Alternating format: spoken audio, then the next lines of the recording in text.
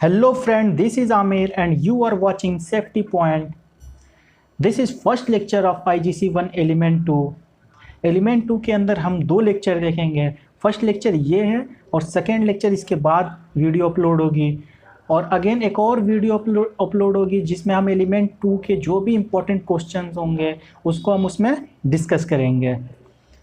Lecture 1 start करने से पहले आपसे कुछ रिक्वेस्ट है, अगर आप अभी तक चैनल को सब्सक्राइब नहीं किए हैं तो प्लीज़ चैनल को सब्सक्राइब कर लें और चैनल को ज़्यादा से ज़्यादा शेयर करें ताकि मैं ज़्यादा से ज़्यादा लोगों से जुड़ पाऊँ। एलिमेंट 2 का टॉपिक देख लेते हैं, हमें क्या क्या पढ़ना है इसके अंदर। जो मेन हेडलाइन है एलिमेंट 2 का वो है how health and safety management system work and what they look like. इसके अंदर दो टॉपिक हैं। पहला है हमारा occupational health and safety management system, इसको हम शॉर्ट फॉर्म में बोलते हैं OHSMS। इसके अंदर हमें क्या क्या देखना है, क्या क्या पढ़ना है वो एक बार देख लेते हैं हम। फर्स्ट हम देखेंगे introduction to occupational health and safety management system, then हम ILO OSH occupational safety and health 2001 the ILO occupational safety and health management system देखेंगे। देन ISO 45001 देखेंगे, इसको बोलते हैं the occupational health and safety management system standard. ये तीन topic हमें first part में पढ़ना है और सेकेंड पार्ट में हमें तीन टॉपिक पढ़ना है। सेकेंड पार्ट टॉपिक का हमारा नाम है making the management system work the health and safety policy. इसके अंदर जो फर्स्ट टॉपिक है वो है introduction to health and safety policies. Second है the three parts of a health and safety policy and last है रिव्यूइंग पॉलिसी। फर्स्ट पार्ट का हमारा फर्स्ट टॉपिक है introduction to occupational health and safety management system. हर एक organization में health and safety को manage करने के लिए एक सिस्टमेटिक अप्रोच होता है। उस सिस्टमेटिक अप्रोच का जो रेफरेंस होता है वो हम लेते हैं occupational health safety management system से। दो कॉमन टाइप के health and safety management system होते हैं, पहला ILO OSH 2001 और दूसरा ISO 45001। ये दोनों का जो भी सेफ्टी मैनेजमेंट सिस्टम है उसके रेफरेंस से हम हर एक ऑर्गेनाइजेशन में सिस्टमेटिक अप्रोच बनाते हैं हेल्थ एंड सेफ्टी को मैनेज करने के लिए। और ये दोनों जो हमारा साइकिल है वो PDCA मैनेजमेंट साइकिल पे बेस्ड है। अब PDCA मैनेजमेंट साइकिल होता क्या है वो देखते हैं आगे। PDCA है क्या? Plan do check act.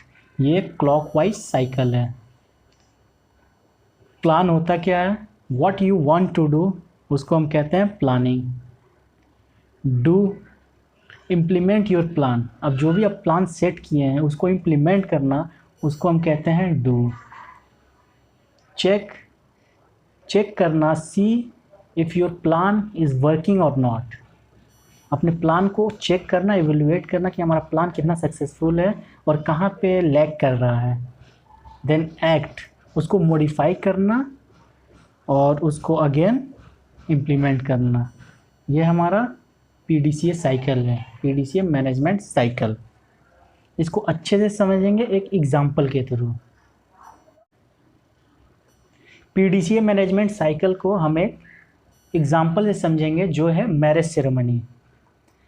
Marriage बहुत कॉमन है, सबने देखा है और सबके वहाँ ज़रूर शादियाँ तो हुई होंगी घर में, तो लोग इसको अच्छे से रिलेट कर पाएंगे और समझने में काफ़ी इजी होगा PDCA मैनेजमेंट साइकिल को। तो सपोज करो कि आपके घर में कोई शादी होने वाली है या बारात आने वाली है, तो शादी होने से पहले आप घर में बैठ के प्लानिंग करते हो कि इतनी बाराती आएंगे तो इतना खाना बनना चाहिए, बारातियों को यहाँ पे स्टे करवाएंगे, यहाँ पे उनको डिनर करवाएंगे, यहाँ पे उनके लिए पार्किंग होगी, यहाँ पे इनकी स्टेज बनेगी, जहाँ पे जो भी फंक्शंस होते हैं शादी के वो वहाँ पे होगा। ये सारी चीज़ें आप पहले से प्लानिंग कर लेते हैं। प्लानिंग करने के बाद उसको इम्प्लीमेंट करेंगे। वो सारी चीज़ें एक बार देखेंगे आप कि हाँ सारी चीज़ें सही सेटअप हो पाएगा नहीं हो पाएगा। उसके बाद उसमें आपको कुछ कमी लगेगा कि नहीं, यहाँ पे खाने का अरेंजमेंट ना करके यहाँ पे कर दिया जाए, पार्किंग वहाँ सही नहीं रहेगा, उसको थोड़ा दूसरी जगह शिफ्ट कर दिया जाए, तो आप उस चीज़ को कहते हो आप चेक कर रहे हो अब। तो ये चेक में आ जाता है, सारा इवेल्युएट कर रहे हो आप एक बार उसको। अब चेक करने के बाद कुछ कमियां हुई होंगी, उसको आप फिर दोबारा से इम्प्लीमेंट करेंगे, फिर उस पर एक्ट करेंगे आप। तो ये पीडीसीए साइकिल है। आपने सबसे पहले प्लान किया, उसके बाद उसको इम्प्लीमेंट किया, इम्प्लीमेंट करने के बाद आपको कुछ कमी लगी, तो उस कमी को सही करके फिर दोबारा से इम्प्लीमेंट किया। तो ये हमारा पूरा पीडीसीए साइकिल है। आपको अगर समझ नहीं आया होगा तो प्लीज़ कमेंट ज़रूर करना, ताकि मैं आपको दोबारा से एक्सप्लेन कर दूंगा अगली वीडियो में। नेक्स्ट हम देख लेते हैं ILO occupational safety and health 2001। अब ये दोनों हमारा जो SMS है, सेफ्टी मैनेजमेंट सिस्टम, दोनों किस पे वर्क करते हैं? प्लान डू चेक एक्ट पे। दोनों पीडीसीए साइकिल पे वर्क करते हैं। तो इसमें सबसे पहले प्लानिंग के अंदर दो चीज़ें आती हैं, पॉलिसी और ऑर्गेनाइजिंग। आप सारी चीज़ों को आप मैरिज सेरेमनी से एक बार रिलेट करके आप देखना, आपको काफ़ी इजी लगेगा समझने में। सबसे पहले ILO OSS 2001 में पॉलिसी बनाते हैं हम। पॉलिसी बनाया उसको, फिर उसके बाद ऑर्गेनाइज किया कि कंपनी में उसको रोल एंड रिस्पॉन्सिबिलिटी दे दिया from top management to bottom, कि कैसे कैसे इम्प्लीमेंट कराना है डाउन द लाइन। उसके बाद हम इम्प्लीमेंट होने के बाद इवेलुएट करेंगे। इवेलुएशन के बाद फिर उसको जो भी इम्प्रूवमेंट होगा कि यहाँ पे कुछ कमियाँ रह गई थी, उसको हम इम्प्रूवमेंट करेंगे और फिर अगेन उसको इम्प्लीमेंट कर देंगे। तो ये कंटिन्यूएशन है। आप देख सकते हैं साइकिल का जो ये इंफॉर्मेशन लिंक है और ये हमारा कंट्रोल लिंक है। ऑडिट, लास्ट में ऑडिट एक इंडिपेंडेंटली करना होता है ऑडिट को, ताकि उससे पता चलता है कि जो भी हमारे कंपनी में basic health and safety standard है वो फुलफ़िल हो रहा है या नहीं हो रहा है। अगर नहीं होगा तो वो उस पर इन्फोर्समेंट एक्शन भी लिया जा सकता है, अगर होता है तो वो बेहतर है कंपनी के लिए। और उसको कंटिन्यूअस इम्प्रूवमेंट की ज़रूरत करनी होती है कंपनी के अंदर, कि आप कंटिन्यूअसली, अगर सपोज करो बेहतर है हमारा कंपनी, हमारे ऑर्गेनाइजेशन के अंदर सारे health and safety standard follow हो रहे हैं health and safety standard, but आपको उसको कंटिन्यूअसली इम्प्रूव करना है और बेहतर करना है उसको। तो इसीलिए हमें ऑडिट और रिव्यू करना ज़रूरी होता है। तो ये हमारा, इसको हम याद कैसे रखेंगे? ये तो साइकिल है, ये काफ़ी इंपॉर्टेंट भी है, क्वेश्चन एग्ज़ाम में भी आता है। तो इसको याद कैसे रखेंगे हम? POPE, पोप डबल ए, इससे हमें याद हो जाएगा, पोप डबल ए। P से पॉलिसी, O से ऑर्गेनाइजिंग, P से प्लानिंग एंड इम्प्लीमेंटिंग, E से इवेल्युएशन और A से एक्शन एंड देन A से ऑडिट। पोप डबल ए, इससे हमें ILO OSS 2001 का जो भी ग्राफ है, जो भी सेफ्टी मैनेजमेंट सिस्टम है, वो आपको इससे याद भी रहेगा, pope double A. ILO OSS 2001 का हमने फ्लो चार्ट देख लिया है। अब जो भी फ्लो चार्ट में मेंशन पॉइंट्स हैं उसको देख लेते हैं कि वो होता क्या है। प्लान के अंदर में हमें दो टॉपिक आते हैं, पहला पॉलिसी और सेकंड ऑर्गेनाइजिंग। पॉलिसी क्या होता है? वो मैनेजमेंट का एक क्लियर स्टेटमेंट होता है to establish health and safety at all level in the organization. Second हमारा ऑर्गेनाइजिंग, जो भी हेल्थ एंड सेफ्टी हमने पॉलिसी बनाया है उसका रोल एंड रिस्पॉन्सिबिलिटी डिवाइड कर देते हैं from senior management to worker down the line. Again do में हमारा आता है प्लानिंग एंड इम्प्लीमेंटिंग। अब जो भी हम पॉलिसी बनाए उसको कैसे इम्प्लीमेंट करते हैं वो हम इसमें प्लान करके और इम्प्लीमेंट करते हैं। Like concept of risk assessment, identification and implementation of safe system of work and protective measure, ये सारी चीज़ें हम इम्प्लीमेंट करते हैं। देन फर्दर चेक के अंदर हमें दो टॉपिक आते हैं, एक इवेल्युएशन और दूसरा ऑडिट। इवेल्युएशन में हम मॉनिटर करते हैं इफ़ेक्टिवनेस ऑफ पॉलिसी, जो भी पॉलिसी हम इम्प्लीमेंट किए हैं वो कितना इफ़ेक्टिव है हमारे ऑर्गेनाइजेशन के अंदर, वो हम क्या करते हैं इसके अंदर चेक करते हैं। और हमारा अगला जो है ऑडिट, इसके अंदर हम इंडिपेंडेंट एग्जामिन करते हैं, जो काफ़ी क्रिटिकल एग्जामिन होता है for health management system to ensure that all part are working acceptably well. Again अब जो भी हमें फाइंडिंग होती है इवेल्युएशन और ऑडिट के टाइम पे कि यहाँ पे हमें कुछ इम्प्रूवमेंट की ज़रूरत है, तो वो चीज़ इम्प्रूवमेंट हम कहाँ पे करते हैं, वो ये एक्ट वाले पार्ट में हमें आता है एक्शन फॉर इम्प्रूवमेंट। तो जो भी पॉलिसी में नेसेसरी चेंजेस होना चाहिए उसको हम चेंज करके इम्प्लीमेंट कर देते हैं। और अगेन इम्प्लीमेंट करने के बाद अगर कंटिन्यूअल इम्प्रूवमेंट भी होना चाहिए, the intention is that the SMS will not remain statics. ऐसा ना हो कि हमारा health and safety management system है वो स्टैटिक्स रहे, नहीं, उसके अंदर कुछ चेंजेस आना चाहिए टाइम के साथ, कुछ अच्छी इम्प्रूवमेंट होनी चाहिए, कुछ हेल्थ एंड सेफ्टी रिलेटेड जो भी मेजर्स हैं, जो भी प्रिवेंटिव मेजर्स हैं वो और इफ़ेक्टिव होना चाहिए, वो और अच्छे से होना चाहिए। इसको अगर हम एग्ज़ाम्पल से समझें तो एक इंडस्ट्री है, सबसे पहले उसमें मैं पॉलिसी बनाता हूँ इमरजेंसी इवैक्यूएशन प्लान का। पॉलिसी मैंने बना ली कि इमरजेंसी में कैसे बाहर निकलना है उसको। उसके बाद हमने ऑर्गेनाइज़ कर दिया उसको। ऑर्गेनाइज़ में क्या करूँगा मैं कि जो भी रोल एंड रिस्पॉन्सिबिलिटी है हमारा सुपरवाइज़र का, मैनेजर का और फायर फाइटर का, वो हमने डिसाइड कर दिया कि इमरजेंसी के टाइम में आपको ये चीज़ करना है।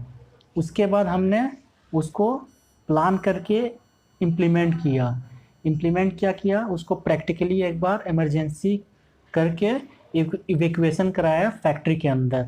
फिर उसके बाद हमने इवेल्युएट किया तो देखा कि अप्रॉक्स 5 मिनट लग गया हमें बाहर आने में, और काफ़ी कुछ कमियां मिली मुझे कि इतना लंबा वक्त क्यों लग गया, निकलने में लोगों को काफ़ी ज़्यादा टाइम लग गया। तो उसके बाद हम क्या करते हैं, एक्शन फॉर इम्प्रूवमेंट। अब जो भी हमें एवेल्युएशन के टाइम पे प्रॉब्लम मिली थी कि लोग को अवेयरनेस नहीं था, लोग नहीं जानते थे कि हमें इमरजेंसी में ऐसे बाहर निकलना है और कैसे फॉलो करना है रूल्स को, तो ये हमें प्रॉब्लम मिला। तो उसको हम एक्शन फॉर इम्प्रूवमेंट में कर दिया कि सबको अवेयर किया और सबको समझाया कि इमरजेंसी के टाइम पे आपको कैसे एक लाइन से बाहर आना है फैक्ट्री के। और स्टार्टिंग में तो हमें 5 मिनट लग गया था, बट अब कंटिन्यूअल इम्प्रूवमेंट ये एक पार्ट है जिसमें हम कोशिश करते हैं कि जो 5 मिनट लगा है वो हमारा 4 मिनट हो जाए, 3 मिनट में इमरजेंसी के टाइम में हमारी फैक्ट्री खाली हो जाए और लोग सही सलामत बाहर निकल जाएं। तो ये पूरी ILO OSS 2001 का एक जो PDCA मैनेजमेंट साइकिल पे बेस्ड है, उसका सारा लेखा जोखा आपको अब समझ में आ गया होगा क्लियर कि ये है क्या। नेक्स्ट टॉपिक है हमारा ISO 45001। ISO और ILO के बारे में अगर आपको जानना है तो लिंक डिस्क्रिप्शन में आप वो वीडियो देखना, उसमें अच्छे से एक्सप्लेन किया हुआ है कि ILO होता क्या है और ISO होता क्या है। सो प्लीज़ उस वीडियो को आप देखोगे तो आपको अच्छे से समझ में आ जाएगा ILO और ISO के बारे में। तो यहाँ देख लेते हैं हम ISO 45001 है क्या। तो ISO 45001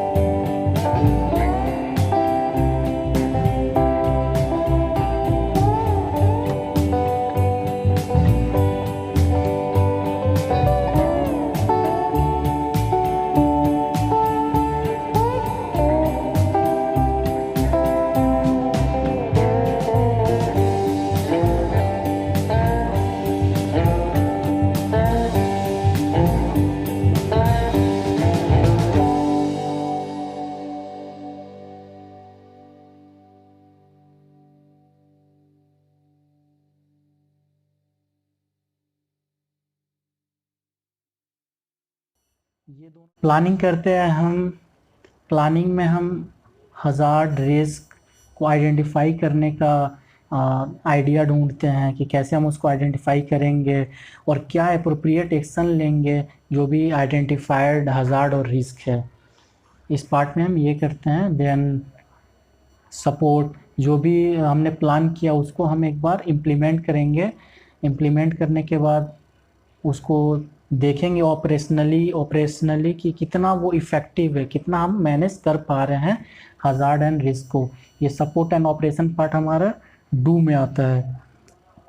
अगेन हम परफॉर्मेंस इवेल्युएशन करेंगे कि जो भी हज़ार्ड और रिस्क को मिनिमाइज़ करने के लिए या उसको मैनेज करने के लिए जो हम प्लान किए हुए थे वो कितना इफ़ेक्टिव है और उसके अंदर क्या कमियां हैं। ये सारी चीज़ें हम ये इवेल्युएशन वाले पार्ट में करते हैं। देन फर्दर उसको चेंजेस करके उसमें फर्दर मॉडिफिकेशन करके उसको हम इम्प्लीमेंट करते हैं। ये रही ISO 45001 के बारे में। नेक्स्ट टॉपिक है हमारा the benefit of achieving certificate. अभी तक हम देख रहे थे ILO के बारे में, ISO के बारे में। अब इनका सर्टिफिकेट लेने का हमारा फ़ायदा क्या है। सर्टिफिकेशन का हमारा जो भी फ़ायदा है वो इसमें अच्छे से एक्सप्लेन किया हुआ है। सबसे पहला फ़ायदा तो ये है कि एक स्ट्रॉन्ग प्रूफ होता है आपके पास। रोबस्ट का मतलब होता है कि स्ट्रॉन्ग। एक स्ट्रॉन्ग प्रूफ होता है कि आप organizational health safety management system आपके ऑर्गेनाइजेशन में है। ये इंटरनल पर्पस के लिए भी काफ़ी यूज़फुल है और एक्सटर्नल पर्पस के लिए भी। इंटरनल पर्पस के लिए क्या यूज़फुल है ये, इंटरनली अगर ये सर्टिफिकेशन होता है तो मोटिवेशन मिलता है वर्क करने में वहाँ के ऑर्गेनाइजेशन में, और जो भी मैनेजमेंट सिस्टम है वो काफ़ी प्राउड फील करता है कि हाँ हमारे पास ये सर्टिफिकेशन है।